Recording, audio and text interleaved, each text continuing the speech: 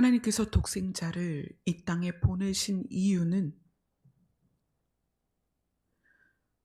본질적인 이유는 우리를 사랑하셨기 때문입니다. 하나님의 사랑이 오늘 예배를 통하여 더 깊이 우리 마음에 부어지게 하여 주시옵소서.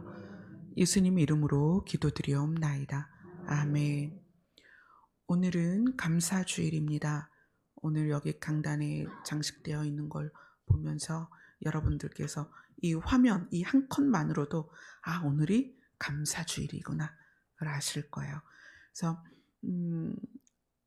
사실 이 여기에 있는 거는 이제 직접 여기 계신 분들이 재배한 것도 있고, 또 재배한 것이 상점을 거쳐서 온 것도 있지만, 어쨌든 하나님의 은혜로 자라난 것을 우리가 하나님 앞에 감사를 드리기 위해서 여기다 모아놨어요. 오늘 말씀이 이 감사 주일과 함께 너무 절묘하게 우리에게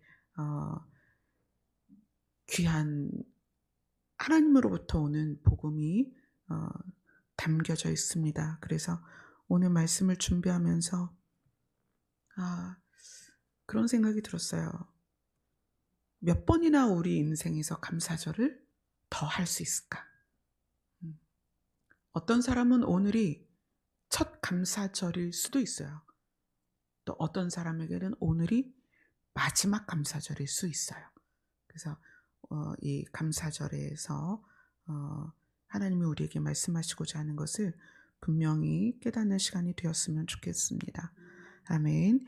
오늘 본문은 요한복음 6장 48절입니다.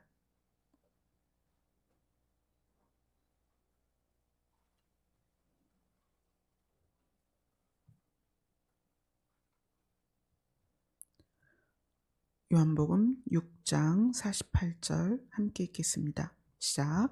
내가 곧 생명의 떡이니라. 아멘. 우리가 기억하는 짧은 구절이 창세기 1장 1절이죠. 하나님이 태초에 천지를 창조하시니라. 보다 더 짧아요. 네, 여러분 요거는 외우셔야 돼요. 외우기 어려우시면 한 3일 정도 방에다 붙여놓고 계속 외우세요. 자, 다시 한번 읽습니다. 시작. 내가 곧 생명의 떡이니라. 아멘. 자, 이제 성경책 보지 말고 우리 다 같이 시작. 내가 곧 생명의 떡이니라. 아유, 대단하세요. 이거 성경 한 절을 다 외우셨어요. 내가 곧 생명의 떡이니라. 이것이 어쩌면 가장 짧은 절이긴 하지만 핵심이에요. 그래서 이거를 가지고 함께 나눌 건데, 요것을 나누기 위해서 지난주 보던 말씀이 조금 더 깊이 다루어져야만 오늘 말씀을, 정말 짧은 한 구절이지만 이걸 우리가 이해할 수가 있어요. 그래서 지난주에 본 말씀이 뭐냐면 요한복음 5장이죠. 요한복음 5장 24절부터 요한복음 5장 24절부터 27절까지 함께 읽도록 하겠습니다. 시작. 내가 진실로 너희에게 이르노니 내 말을 듣고 또 나 보내신 이를 믿는 자는 영생을 얻었고 심판에 이르지 아니하나니 사망에서 생명으로 옮겼느니라. 진실로 너희에게 이르노니 죽은 자들이 하나님의 아들의 음성을 들을 때가 오나니 아버지께서 자기 속에 생명이 있음같이 아들에게도 생명을 주어 그 속에 있게 하셨고 또 인자됨으로 말미암아 심판하는 권세. 아멘.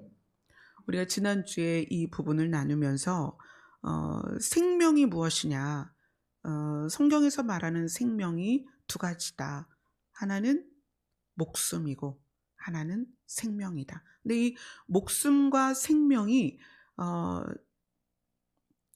사실 이 성경에서의 굉장히 중요한 포인트예요. 근데 이제 영어 성경은 이거를 life라는 단어로 그냥 이렇게 쭉 표현이 돼 있어요. 근데 우리 성경은 이거를 쪼끔 더 세심하게 구분한 거죠. 어떻게? 목숨과 생명이라는 단어로. 근데 영어 성경을 제가 찾아보면서 이 부분은 영어 성경에서는 똑같이 life라는 표현을 썼는데 이거는 우리 성경이 조금 더 분명하다. 왜냐하면 히브리 원어로 들어가면 히브리 원어가 목숨과 생명을 다르게 표현해요. 그러니까 목숨은 푸시케라는 단어를 쓰고 생명은 조에라는 단어를 써요. 그러니까 히브리 원어로는 이렇게 달라요. 그래서 이 성경에서 우리가 번역해서 사용할 때 어쩌면 조금 더 우리의 번역이 히브리 원어의 번역을 잘 따라갔다는 생각이 들어요.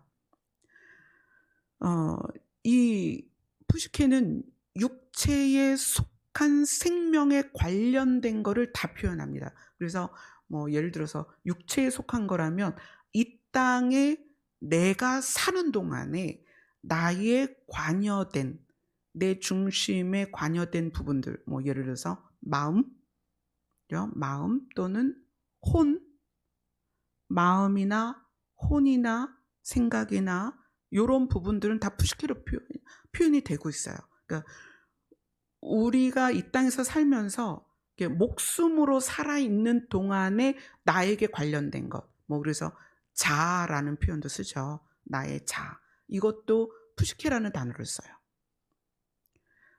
성경에서는 우리에 대한 이야기를 나눌 때 목숨이라는 단어로서 나를 표현하는 부분들이 있지만 또 다른 생명으로 우리를 표현할 때가 있는데 그 생명으로 표현할 때는 조에라는 단어를 씁니다. 이게 굉장히 많이 나뉘죠.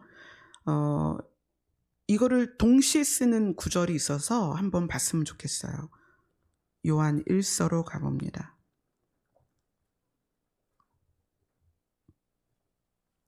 요한 1서 3장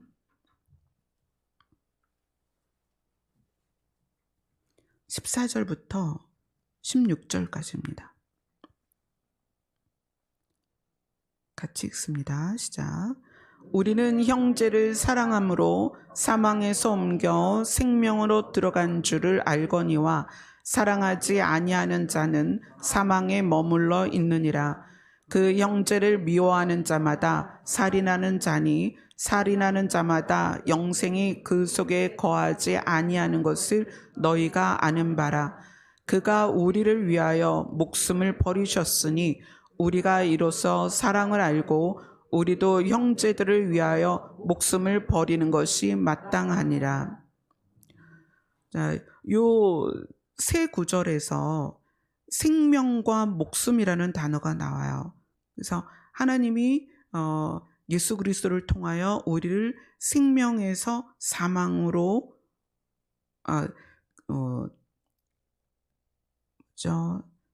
사망에서 옮겨 생명으로 들어갔다. 그래서 여기서 생명은 조에입니다. 이 생명은 영원한 생명을 말하는 거예요.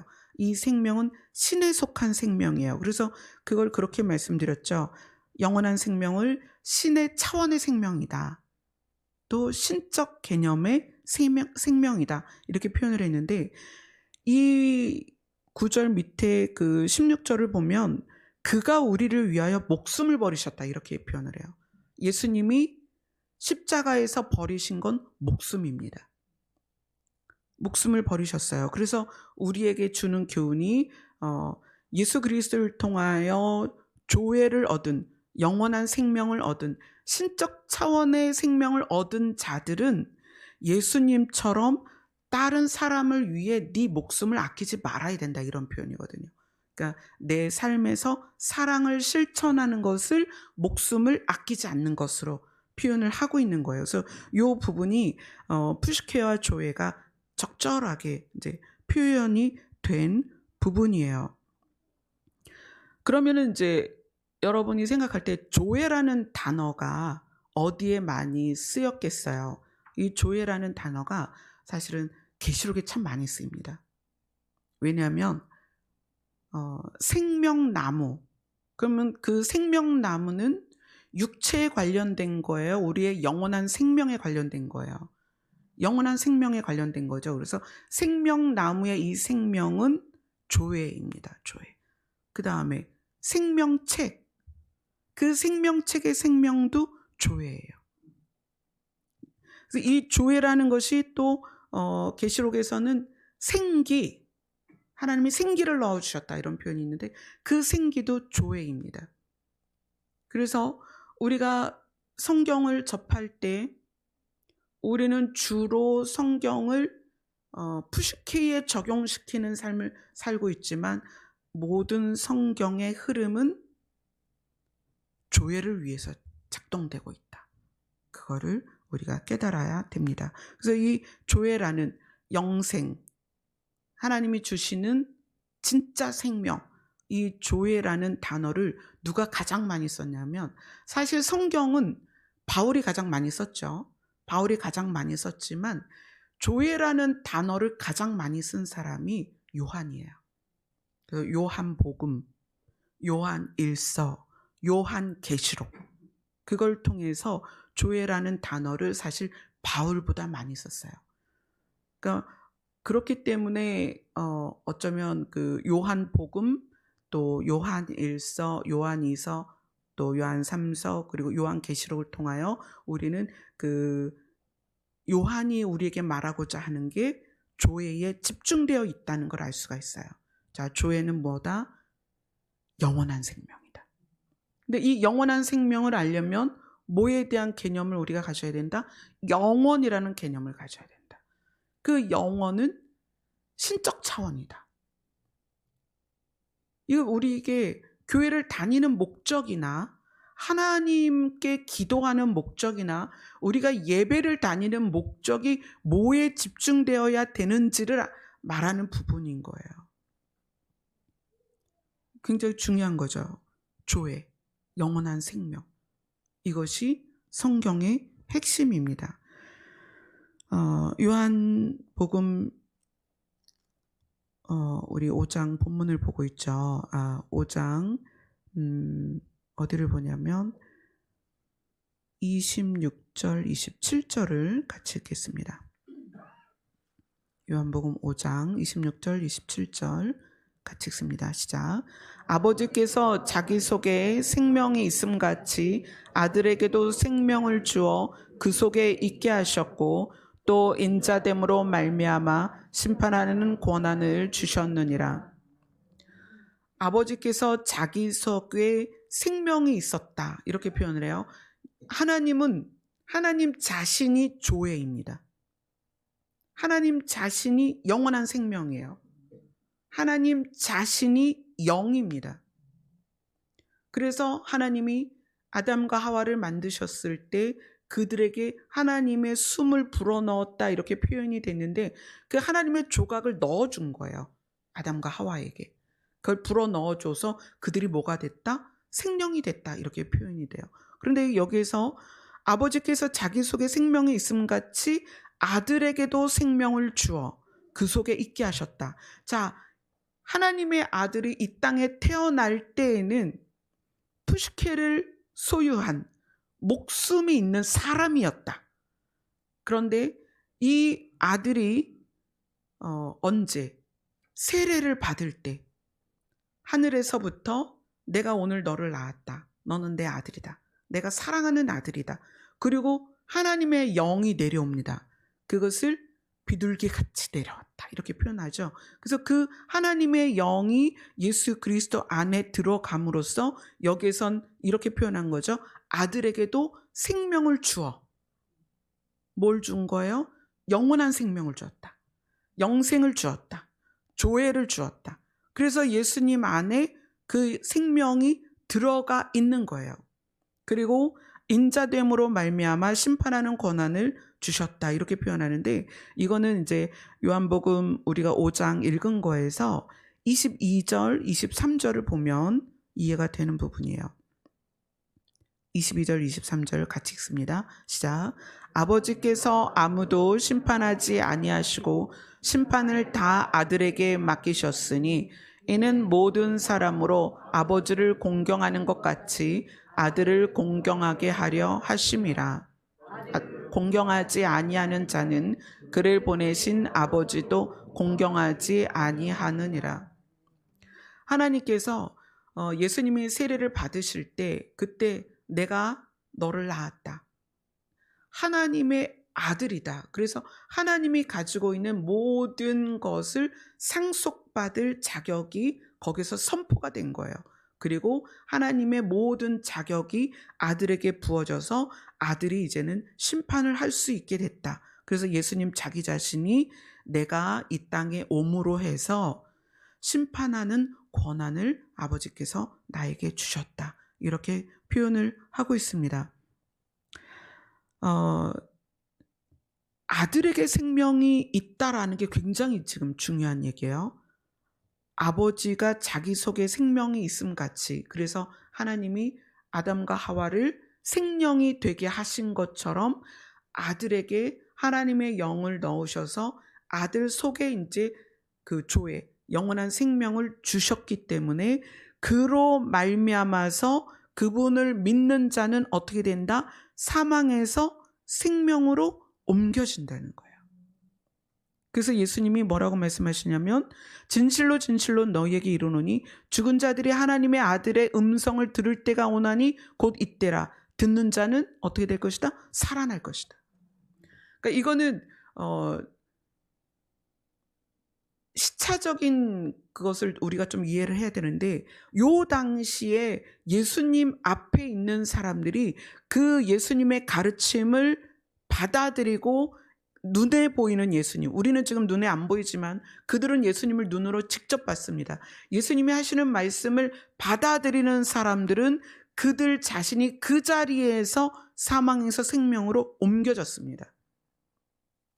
그 자리에서. 그리고 시간이 지나서 이것을 우리가 복음으로 듣는, 예수님이 이렇게 말씀하시고 2000년이 지나서 우리는 이걸 복음으로서 듣는 거잖아요. 이것을 듣고 예수님을 믿는 자들은 어떻게 됐다? 사망에서 생명으로 옮겨진 것입니다. 여러분은 사망에서 생명으로 옮겨졌습니다.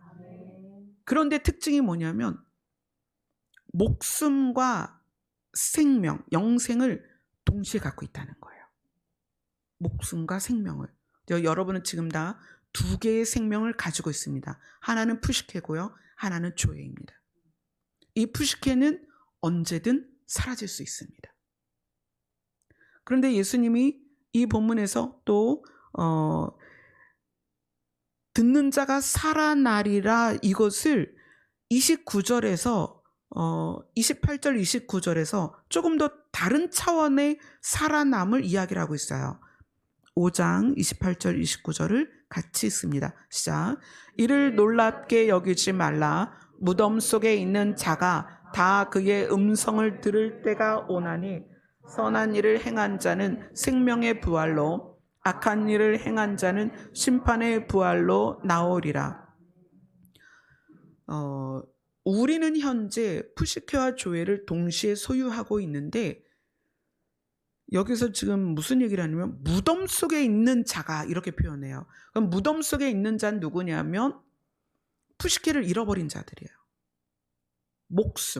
목숨이 사라졌던 사람들에게 예수님의 음성이 들려서 부활한다. 몸이, 푸시케가 부활한다는 얘기예요. 푸시케가 살아나는 거예요. 그걸 누가 직접 본을 보이셨어요? 예수님이 직접 본을 보이셨죠. 그래서 우리는 죽어서 천국 간다는 개념이 몸은 죽고, 만약 우리가 영화에서 보면 유령, 고스트 이렇게 생각하는데 하나님의 나라는 푸시케가 온전히 살아나는 곳입니다. 그곳에서 조회가 함께 있습니다. 에덴이 그런 곳이었어요. 하나님은 조회만 있는 분이잖아요. 그래서 뭐라고 그러죠? 그림자가 없다. 왜? 조회이기 때문에 그림자가 없다. 푸시케가 없단 말이에요. 그런데 아담은 푸시케이면서 조회였죠. 하나님이 조회를 넣어주셨으니까.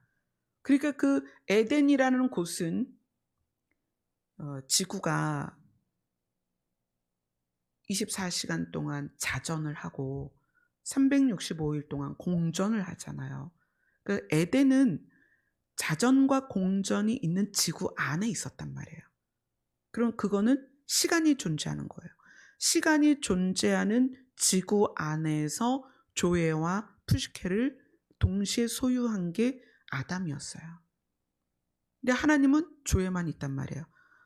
앞으로 우리는 푸시케와 조에가 공존하면서 사는 세상으로 가게 될 건데 거기를 새하늘과 새 땅이라고 표현하는 거예요. 근데 이제 새하늘과 새 땅은 처음 하늘 처음 땅이 사라졌기 때문에 지구는 아니에요. 어쩌면 평평할 수도 있어요. 뭐 지금도 인터넷 들어가면 지구는 평평하다 이렇게 말하는 분들이 있어요.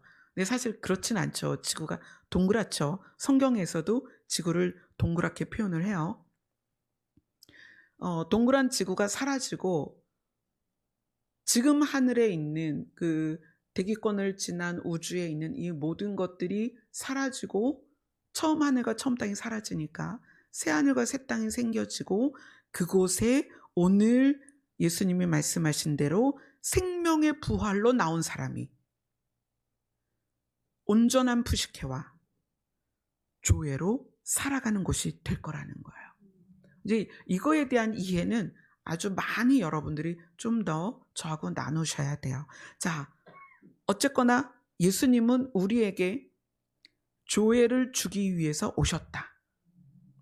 푸시케 안에 조회를 예수님이 담으셨고 우리가 그 예수님을 믿으면 푸시케 안에 담긴 조회를 우리가 얻는 거예요. 그래서 우리가 사망에서 생명으로 옮겨지는 것입니다. 자, 그러면 요한복음 6장이 오늘 우리의 본문이란 말이에요. 요한복음 6장 48절 안 보고 오늘 본문 시작. 내가 곧 생명의 떡이니라. 네. 요한복음 5장에서는 자기 자신 안에 조회가 있다라는 걸 충분히 설명을 해주셨어요. 아버지에게 생명이 있었던 것처럼 나에게 생명이 있다. 그래서 나를 믿는 자는 생명을 얻는다. 그래서 사망에서 생명으로 옮겨진다. 이렇게 표현을 하고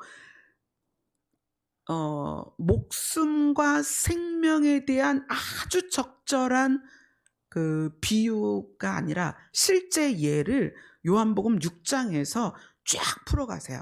자, 요한복음 6장 2절을 읽습니다. 요한복음 6장 2절 같이 읽습니다. 시작. 큰 무리가 따르니 이는 병자들에게 행하시는 표적을 보았음이러라. 자, 예수님을 많은 사람들이 따라다닙니다. 예수님이 여기 가면 일로 오고 저기로 가면 절로 가요. 왜냐하면 그 무리들이 예수님을 따르는 이유가 병자들에게 행하시는 표적을 보았기 때문이에요. 지금 여기 여러분이 앉아 계시고 지금 방송으로 많은 분들이 예배를 드리는데 우리 모두가 완벽하게 한 군데도 아프지 않은 사람은 없어요. 그죠? 나는 머리가 많이 빠져요. 나는 어깨가 아파요. 저는 다리가 아파요. 저는 치아가 약해요. 저는 피부가 뭐가 많이 생겨요. 다들 고민이 있어요. 왜? 하경이도 고민이 있니? 하경이는 고민이 없어? 아직 젊구나. 저만 해도 몸을 향한 고민이 아주 많습니다. 이 사람은 몸에 대한 고민이 너무 많은 거예요. 오죽하면 38년 동안 그 아픈 사람이 38년 동안 고민을 했겠어요. 나았으면 좋겠다. 누가 저 물에 나를 좀 넣었으면 좋겠다. 38년 동안 그런 거예요. 그런데 예수님이 나타나서 많은 사람들을 고쳐주니까 얼마나 많은 사람들이 나도 좀 해결됐으면 좋겠다. 이러고 예수님을 따랐겠어요. 그래서 6장 2절에 보면 큰 무리가 따르는데 왜냐하면 그들이 왜 따르냐면 병자들에게 행하시는 표적을 보았기 때문이다. 야, 저분이 지나가는데 38년 된 병자가 나왔고 저분이 지나가니까 혈루병 앓던 여인이 그 병을 고치기 위해서 전 재산을 날렸는데 그 여인이 고침을 받았어. 그리고 수많은 사람들이 따라갑니다. 자, 그런데 그 현장에서 예수님에게 무슨 일이 생기냐면 너무나 많은 사람들이 모였는데 이제 밥 먹을 때가 온 거예요. 이 사람들이 예수님을 쫓아다니다 보니까 이제 밥 먹을 때가 됐는데 먹을 게 없는 거예요. 그러니까 이제 제자 중에 한 사람이 옵니다. 그래서 6장 9절을 요한복음 6장 9절을 같이 읽겠습니다. 시작. 여기 한 아이가 있어 보리떡 5개와 물고기 2마리를 가지고 있나이다. 그러나 그것이 이 많은 사람에게 얼마나 되겠사옵나이까. 요한복음 6장의 주제는 떡이에요. 떡. 이 떡을 가지고 예수님이 자기 자신을 분명하게 드러내십니다. 자, 한 아이가 보리떡 5개와 물고기 2마리를 이제 도시락을 싸갖고 왔어요. 이 이야기 너무 잘 아시잖아요. 그러니까 이제 예수님이 야, 사람들을 다 앉혀라. 앉혀서 수를 세어보니까 5천 명이 넘는 거예요. 그러니까 그들에게 예수님이 그 보리떡 5개와 물고기 2마리를 가지고 기도를 하시고 나누어 주시는데 어떻게? 그들을 다 먹이고도 12바구니를 거둡니다. 정말 이거는 이제 우리의 인간의 차원을 벗어나는 일이죠. 이 물질이 이렇게 많아질 수가 없는 건데 이거는 진짜 신적 차원에서만 있을 수 있는 일이죠. 그러니까 많은 사람들이 이걸 보고 와, 이건 도대체 뭐냐, 이 사람은. 병을 고치는 것까지는 그래. 그때는 이제 마법술사들도 있었습니다. 술사들도 사실 병을 고쳤거든요. 그게 그 모세가 이스라엘 백성들을 애굽에서 데리고 나올 때 거기에 있는 술사들도 사실 병을 고치고 그랬어요. 근데 이거는 진짜 보도 듣도 못한 일이거든요. 그래서 그들이 어느 정도로 그 예수님에 대하여 감격을 했냐면 요한복음 6장 15절입니다. 같이 읽습니다. 시작. 그러므로 예수께서 그들이 와서 자기를 억지로 붙들어 임금으로 삼으려는 줄 아시고 다시 혼자 산으로 떠나가시니라. 병 고치는 걸 보고서 수많은 무리가 예수님을 따라왔는데 이번엔 그 자리에서 보리떡 5개와 물고기 2마리로 5천 명이나 되는 사람들을 먹이고도 12광주리가 남으니까 이 사람들이 예수님을 붙잡아서 왕으로 삼으면 이 이스라엘이 굶을 일도 없고 아플 사람도 없고 죽을 사람도 없는 거예요. 그러니까 예수님이 그 자리를 피하십니다. 그리고 예수님이 이렇게 말씀하세요. 26절입니다. 요한복음 6장 26절입니다. 같이 읽습니다. 시작. 예수께서 대답하여 이르시되 내가 진실로 진실로 너희에게 이르노니 너희가 나를 찾는 것은 표적을 본 까닭이 아니요 떡을 먹고 배부른 까닭이로다. 요한복음 6장의 주제는 떡입니다. 지금 이 요한복음 6장에서 예수님이 물고기 2마리하고 떡 5덩이로 5천 명을 먹이고 나서 수많은 사람들이 더 예수님을 열렬하게 쫓아오기 시작합니다. 그러니까 예수님이 그 많은 사람들이 예수님께 가까이 오는 걸 보면서 예수님이 그렇게 얘기를 하세요. 표적을 본 까닭이 아니요 떡을 먹고 배부른 까닭이다. 처음에는 표적을 보고 따라왔어요. 그런데 여기에서 떡을 먹고 배부른 까닭이다 이렇게 얘기를 하세요. 근데 이 떡을 먹고 배부른 까닭이라는 것은 2개로 해석을 해야 돼요. 하나로만 해석할 수는 없어요. 자, 그런데 이번 주제가 이 요한복음 6장의 주제가 떡이라고 했잖아요. 예수님 자신이 사람들이 먹은 보리떡 5개에 지금 이제 완전히 빠져 있는 상태에서 예수님이 다른 떡을 꺼내십니다. 너희들이 지금 떡을 먹고 배불러서 야, 예수님 따라다니면 굶어 죽진 않겠다. 왜냐면 자 보세요. 과부와 고아들은 돌볼 사람이 없는 거예요. 그럼 과부와 고아들이야말로 배고픈 사람들입니다. 그리고 이때에도 신분의 계층이 있었어요. 직업에 귀천이 있었단 말이에요. 지금보다 얼마나 심했겠어요. 그래서 배고픈 사람들이 많았는데 떡 5개로 5천 명이 먹었다는 이 사실이 예수님을 정말 샅샅이 뒤져서 찾아내고자 하는 그런 열정을 일으키기에 충분했다는 거예요. 근데 예수님이 저들은 떡을 먹고 배부른 까닭이다. 그러면서 또 다른 떡을 이야기를 하시는데 어떻게 이야기를 하시냐면 6장 35절입니다. 같이 읽습니다. 시작. 예수께서 이르시되 나는 생명의 떡이니 내게 오는 자는 결코 줄이지 아니할 터이요 나를 믿는 자는 영원히 목마르지 아니하리라. 보리떡을 먹은 사람들이 쉴 새 없이 예수님을 찾는 거예요.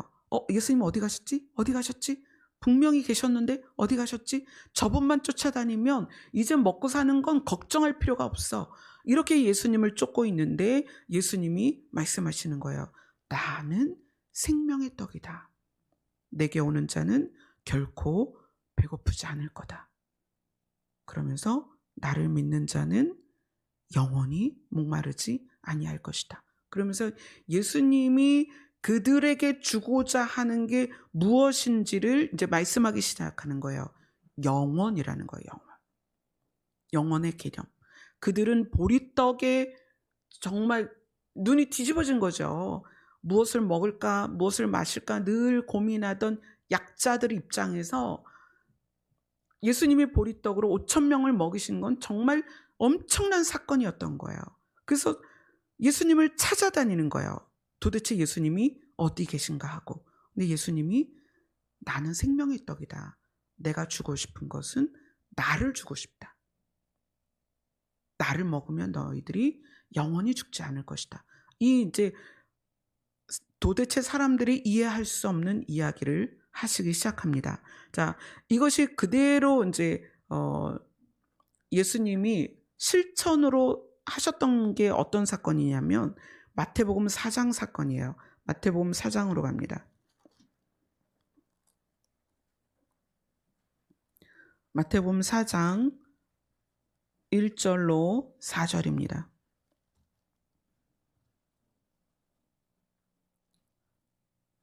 마태복음 4장 1절로 4절 같이 읽습니다. 시작. 그때 예수께서 성령에게 이끌려 마귀에게 시험을 받으러 광야로 가사 40일을 밤낮으로 금식하신 후에 줄이신지라. 시험하는 자가 예수께 나와서 이르되 내가 만일 하나님의 아들이거든 명하여 이 돌들로 떡덩이가 되게 하라. 예수께서 대답하여 이르시되 기록되었을 때 사람이 떡으로만 살 것이 아니요 하나님의 입으로부터 나오는 모든 말씀으로 살 것이라 하였느니라 하시니. 사탄은 예수님이 푸시케 몸으로 계시는 상태에서의 약점, 그걸 아킬리스건이라고 그랬죠. 약점을 너무나 잘 알았기 때문에 예수님이 40일 금식하시고 배고프셨을 때 나타나서 야, 너의 신적 능력을 이 돌로 떡이 되게 해서 먹는 것으로 사용을 해봐. 이렇게 얘기를 해요. 그러니까 예수님이 자기 자신이 그렇게 할 수도 있었지만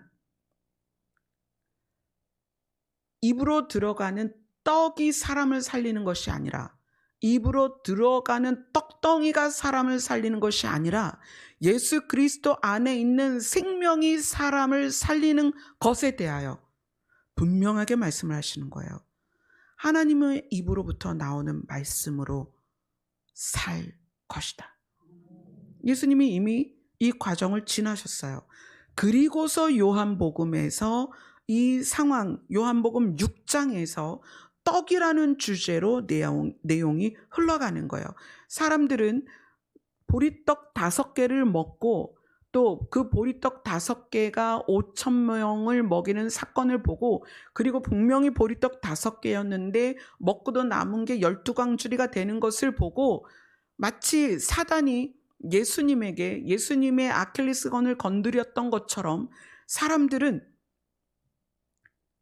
예수님을 쫓아다니면 절대 굶지 않겠다라고, 그래서 예수님을 통하여 돌이 떡이 되게 하는 신적 권위를 거기에 사용하게 하려고 하는 거예요. 그래서 예수님을 쫓아다니는 거예요. 예수님만 쫓아다니면 예수님이 날마다 진짜 보리떡 2개 갖고도 200명을 먹일 수도 있는 거 아니에요. 그렇게 될 거야 라고 쫓아다니는 거예요. 근데 예수님이 거기에서 선을 딱 긋는 거예요. 어떻게 긋는 거예요? 사단에게 말했던 것처럼 하나님의 입에서 나오는 말씀으로 살아야 된다. 그리고 자기 자신을 소개하는 거예요. 나는 생명의 떡이다. 나에게 오는 자는 결코 줄이지 아니할 것이다. 이렇게 말씀을 주십니다. 그리고 요한복음 6장 38절, 39절을 40절까지 같이 읽습니다. 시작. 내가 하늘에서 내려온 것은 내 뜻을 행하려 함이 아니요 나를 보내신 이의 뜻을 행하려 함이니라. 나를 보내신 이의 뜻은 내게 주신 자 중에 내가 하나도 잃어버리지 아니하고 마지막 날에 다시 살리는 이것이니라. 내 아버지의 뜻은 아들을 보고 믿는 자마다 영생을 얻는 이것이니 마지막 날에 내가 이를 다시 살리리라 하시니라. 너희는 보리떡 5개가 5,000명을 먹는 것을 보고 또 12광주리가 남는 것을 보고 지금 나를 쫓아오는데, 하나님이 나를 이 땅에 보내신 이유는 그게 아니다. 하나님이 나를 이 땅에 보내신 이유는 나에게 오는 자들이 전부 어떻게 마지막 날에 다시 살리는 것과 그 다음 영생을 얻는 것이 하나님의 뜻이다. 내가 이 땅에 온 것은 너희를 단순히 푸시케로서의 육체를 고쳐주고 또 먹을 것을 넉넉히 주고 그 차원이 아니다. 물론 내가 신으로서 그걸 해줄 수는 있다. 보여주셨잖아요. 해줄 수는 있다. 그러나 그것이 하나님의 목적은 아니다. 하나님이 나를 보내신 목적은 너희들을 마지막 날에 다시 살리는 것, 그리고 영생을 주는 것. 그래서 신적 차원의 삶을 살게 하는 것이 하나님이 나를 이 땅에 보내신 것이다. 그래서 나를 따라오는 목적을 너희가 다시 생각해야 된다는 것을 지금 계속 설명을 하시는 거예요. 자, 그래서 오늘 본문부터 48절부터 51절까지 같이 읽습니다. 시작. 내가 곧 생명의 떡이니라. 너희 조상들은 광야에서 만나를 먹었어도 죽었거니와 이는 하늘에서 내려오는 떡이니 사람으로 하여금 먹고 죽지 아니하게 하는 것이니라. 나는 하늘에서 내려온 살아있는 떡이니 사람이 이 떡을 먹으면 영생하리라. 내가 줄 떡은 곧 세상의 생명을 위한 내 살이니라 하시니라. 사실 이스라엘 백성이 광야에서 먹은 만나도 하나님이 하늘에서 내리신 거예요. 그런데 그 만나는 푸시케를 연장시키는 만나였다는 거예요. 하늘에서 내렸지만. 그런데 예수 그리스도는 하늘에서 내려왔지만 푸시케를 위한 게 아니라 뭐다? 교회를 위한 것이다. 이것을 통하여 어떻게 되리라? 영생하리라. 그래서 이 요한복음 6장은 어떤 단어로 가득 차 있냐면, 그 예수님이 떡에 대한 이야기를 시작하시면서 요한복음 6장 26절부터 몇 장까지냐면 71절까지 있어요. 긴 장이죠. 요한복음 6장이 26절부터 71절까지 생명과 영생과 영원에 대해서 얘기를 하는데, 생명과 영생, 조회라는 단어로 12번을 이야기하십니다. 이 예수님이 그걸 이야기를 해주고 싶은 거예요. 이 요한복음 6장에서 생명과 영생, 그걸 12번이나 얘기를 하세요. 영원이라는 단어도 2번이나 더 나옵니다. 요한복음 6장은 주제는 떡인데, 그 떡이라는 주제로 무엇을 이야기하냐면 영생과 생명을 이야기한다는 거예요. 그래서 자기 자신을 생명의 떡이다 이렇게 표현을 하세요. 자, 예수님 앞에 모였던 사람들이, 예수님이 뭐라고 얘기했냐면 저들이 나를 찾아오는 이유는 떡을 먹고 배부른 까닭이다 이렇게 얘기를 해요. 근데 이 떡을 먹고 배부른 까닭이다라는 것을 2개로 구분해서 생각해야 되는데, 첫째는 보리떡 5개를 먹고 배부른 경험으로 인하여 예수님을 쫓는 자들이에요. 그래서 그들에게 예수님이 나는 생명의 떡이다. 나를 먹으면 너희들이 죽지 않고 영생을 얻게 될 거다. 그리고 마지막 날에는 살아날 거다. 이런 아주 신비로운 이야기를 하는 거예요. 그러니까 그 이야기를 듣던 사람들이 도대체 저 말이 뭐야? 난 도대체 어려워. 그러면서 그 말을 듣던 사람들이 나중에 어떻게 하냐면 요한복음 6장 66절입니다. 그 말을 66절 전에, 자, 61절부터 64절을 같이 읽습니다. 시작. 예수께서 스스로 제자들이 이 말씀에 대하여 수군거리는 줄 아시고 이르시되 이 말이 너희에게 걸림이 되느냐? 그러면 너희는 인자가 이전에 있던 곳으로 올라가는 것을 본다면 어떻게 하겠느냐? 살리는 것은 영이니 육인 무익하니라. 내가 너희에게 이른 말은 영이요 생명이라. 그러나 너희 중에 믿지 아니하는 자들이 있느니라 하시니, 이는 예수께서 믿지 아니하는 자들이 누구며 자기를 팔 자가 누구인지 처음부터 아심이라. 육은 무익하고 내가 너희에게 지금 이 6장에서 말하는 이 모든 내용은 영과 생명에 대한 내용이다라는 것을 이야기를 하세요. 그러니까 그것을 듣던 제자들이 고민을 하다가 66절을 같이 읽습니다.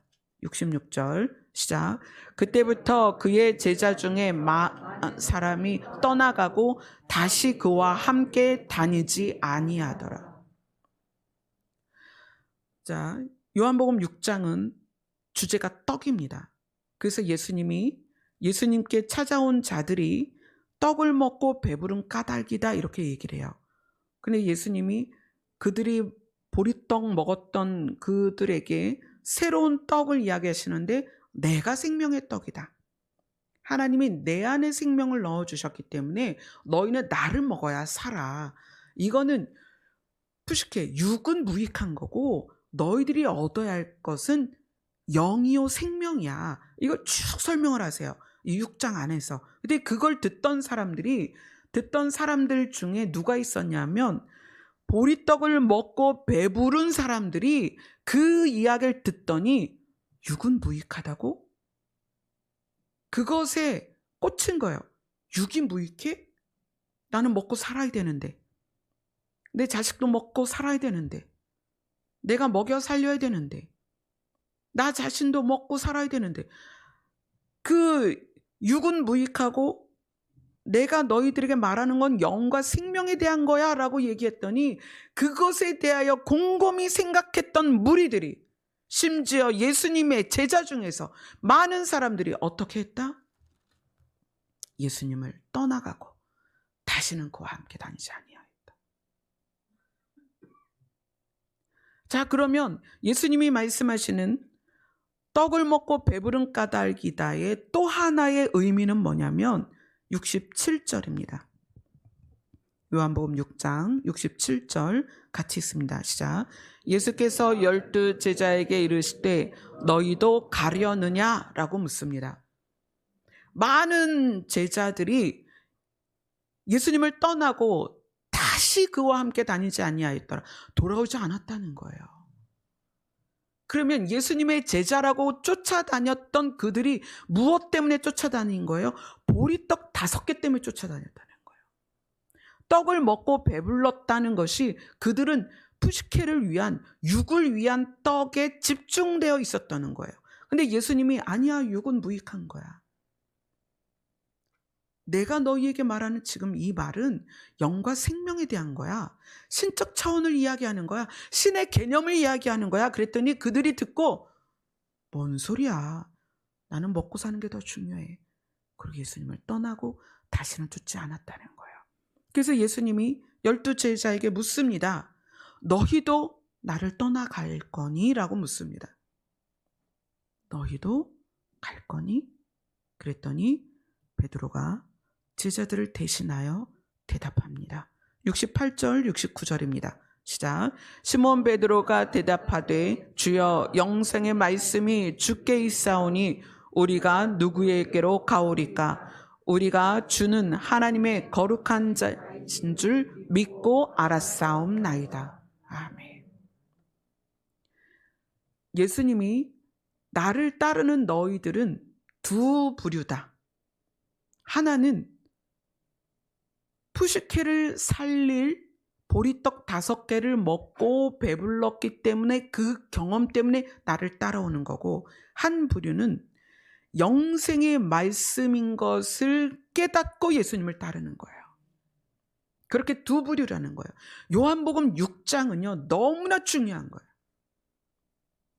요한복음 6장은 우리가 왜 교회를 다니는지, 왜 하나님을 믿는지, 왜 우리가 밤이 새도록 기도를 하는지, 우리가 왜 많은 시간을 이곳에 있는지 분명하게 나의 정체성을 깨닫는 말씀이에요. 그래서 이 말씀대로라면 영이요 생명이신 예수 그리스도를 믿기 위하여 우리는 때로는 푸시케가, 육이 힘들 수도 있고 절망 가운데 빠질 수도 있고 연약해질 수도 있고 부족해질 수도 있다는 거예요. 그럼에도 불구하고 예수 그리스도를 떠날 수 없다라고 우리가 고백할 수 있어야 된다는 거예요. 오늘 이 타이밍이, 이 말씀을 나누는 타이밍이 감사절하고 연결이 됐어요. 이 감사절이 저는 보리떡 5개를 우리에게 공급하신 것에 대한 감사이기도 하고,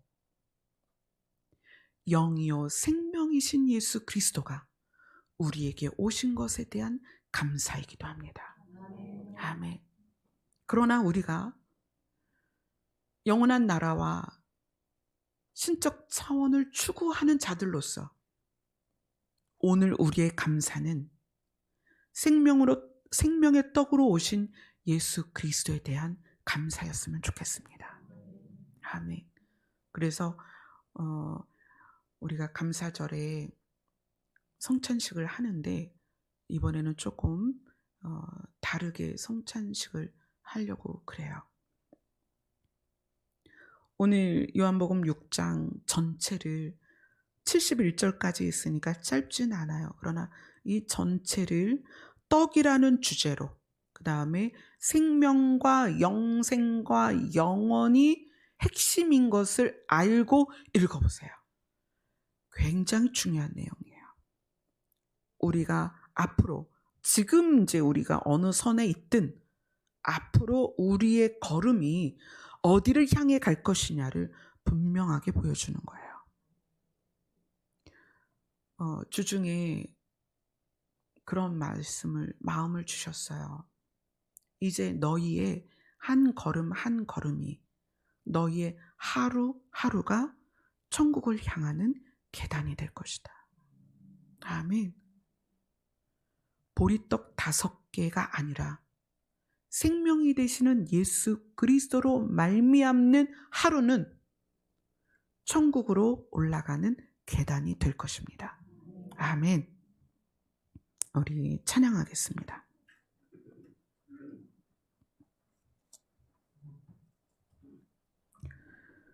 찬송가 30장입니다.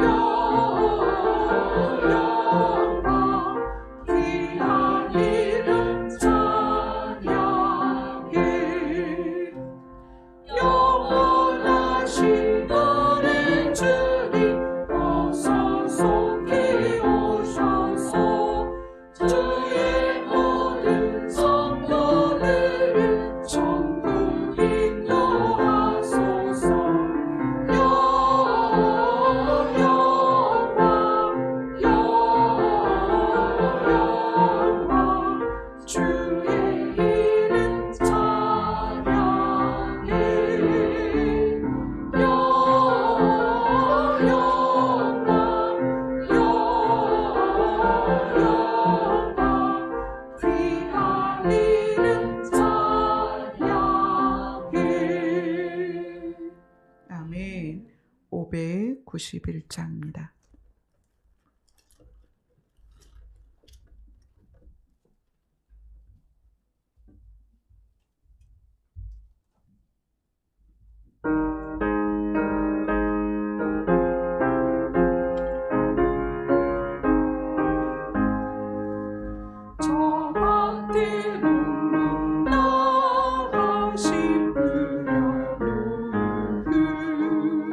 주 크신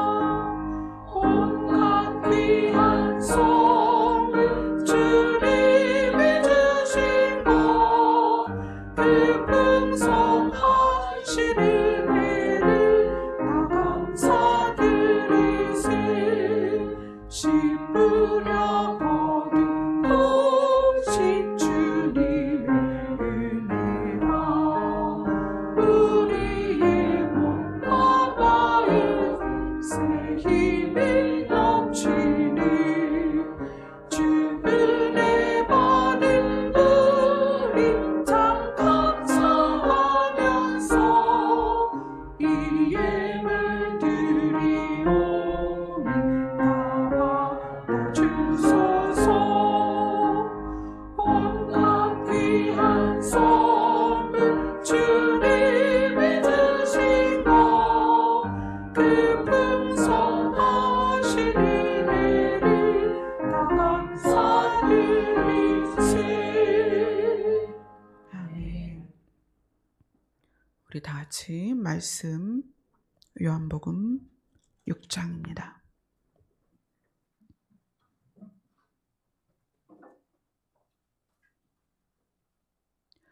요한복음 6장 47절부터 51절까지 함께 읽습니다. 시작.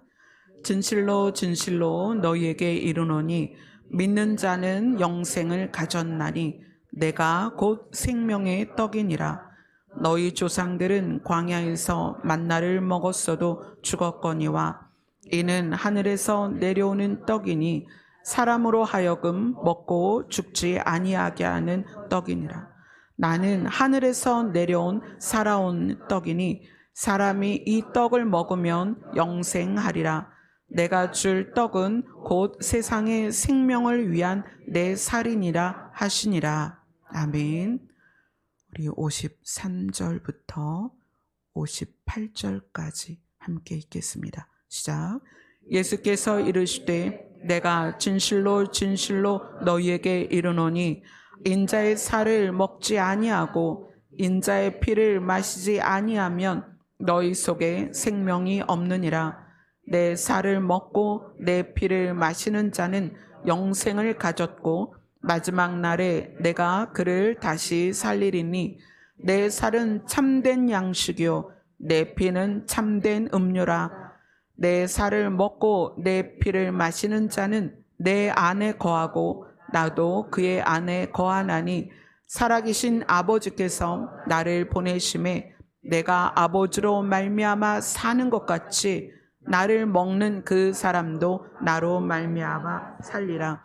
이것은 하늘에서 내려온 떡이니 조상들이 먹고도 죽은 그것과 같지 아니하여 이 떡을 먹는 자는 영원히 살리라. 아멘. 찬송가 228장입니다.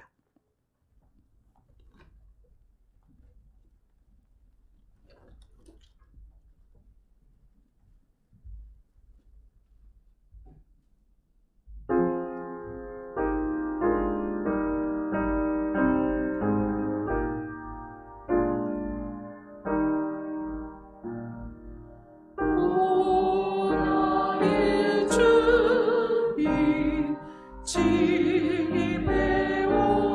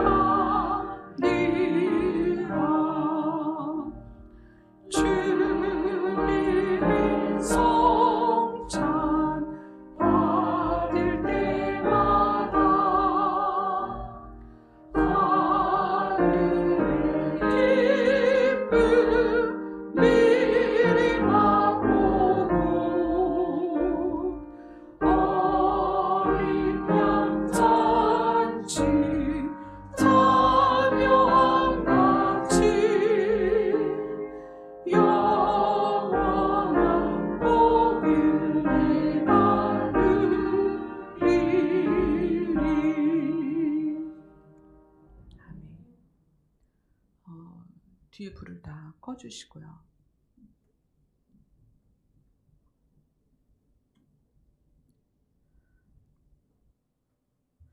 이제 여러분들께서 이제 기도를 하실 텐데, 기도를 하시면서 생명의 떡으로 오신 예수님이 나에게서 어떻게 관여되고 있는지를 보셨으면 좋겠어요. 보리떡 5개로 관여가 되고 있는지, 영과 생명으로 관여가 되고 있는지, 예수님이 왜 우리에게 떡과 잔을 통하여 예수님을 기념하라고 하셨는지. 오늘 요한복음 6장은 2가지 떡에 대해서 이야기를 했습니다. 예수님은 우리에게 영과 생명으로 관여하시길 원하십니다. 그렇다면 우리는 그 개념을 가져야 되는 거예요. 영혼에 대한 개념, 영생에 대한 개념. 그것으로 주님을 불러야 됩니다. 오늘 여러분들이 예수님의 제자들처럼, 초대교회 사람들처럼 이제 예수님을 스스로 기념하세요. 형식에 의한, 순서에 의한 떡과 잔을 나누는 게 아닙니다. 오늘은 여러분 자신이 예수님을 기념하고 묵상하고 생각하고 예수를 깊이 생각하세요. 그리고 떡과 잔을 여러분 스스로 나누세요. 오늘 예수님이 여러분에게 영과 생명으로 관여하실 것입니다. 아멘.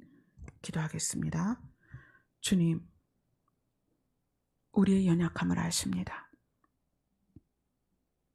우리가 아직 육에 의하여 살아가는 시간이기 때문에 우리의 시선이, 마음이 보리떡 5개를 향하여 갈 때가 너무나 많이 있습니다. 그러나 예수님은 그 부분도 해결해 주시지만 실제로 우리에게 관여하고 싶은 부분은 영과 생명입니다. 오늘 우리가 주님께 나아갈 때에 우리 안에 영과 생명으로서의 예수님을 깊이 생각하고 만날 수 있게 도와주시옵소서. 이제 시작되는 이 1시간의 기도 안에 주님이 충만하게 은혜로 우리 안에 계셔 주시옵소서.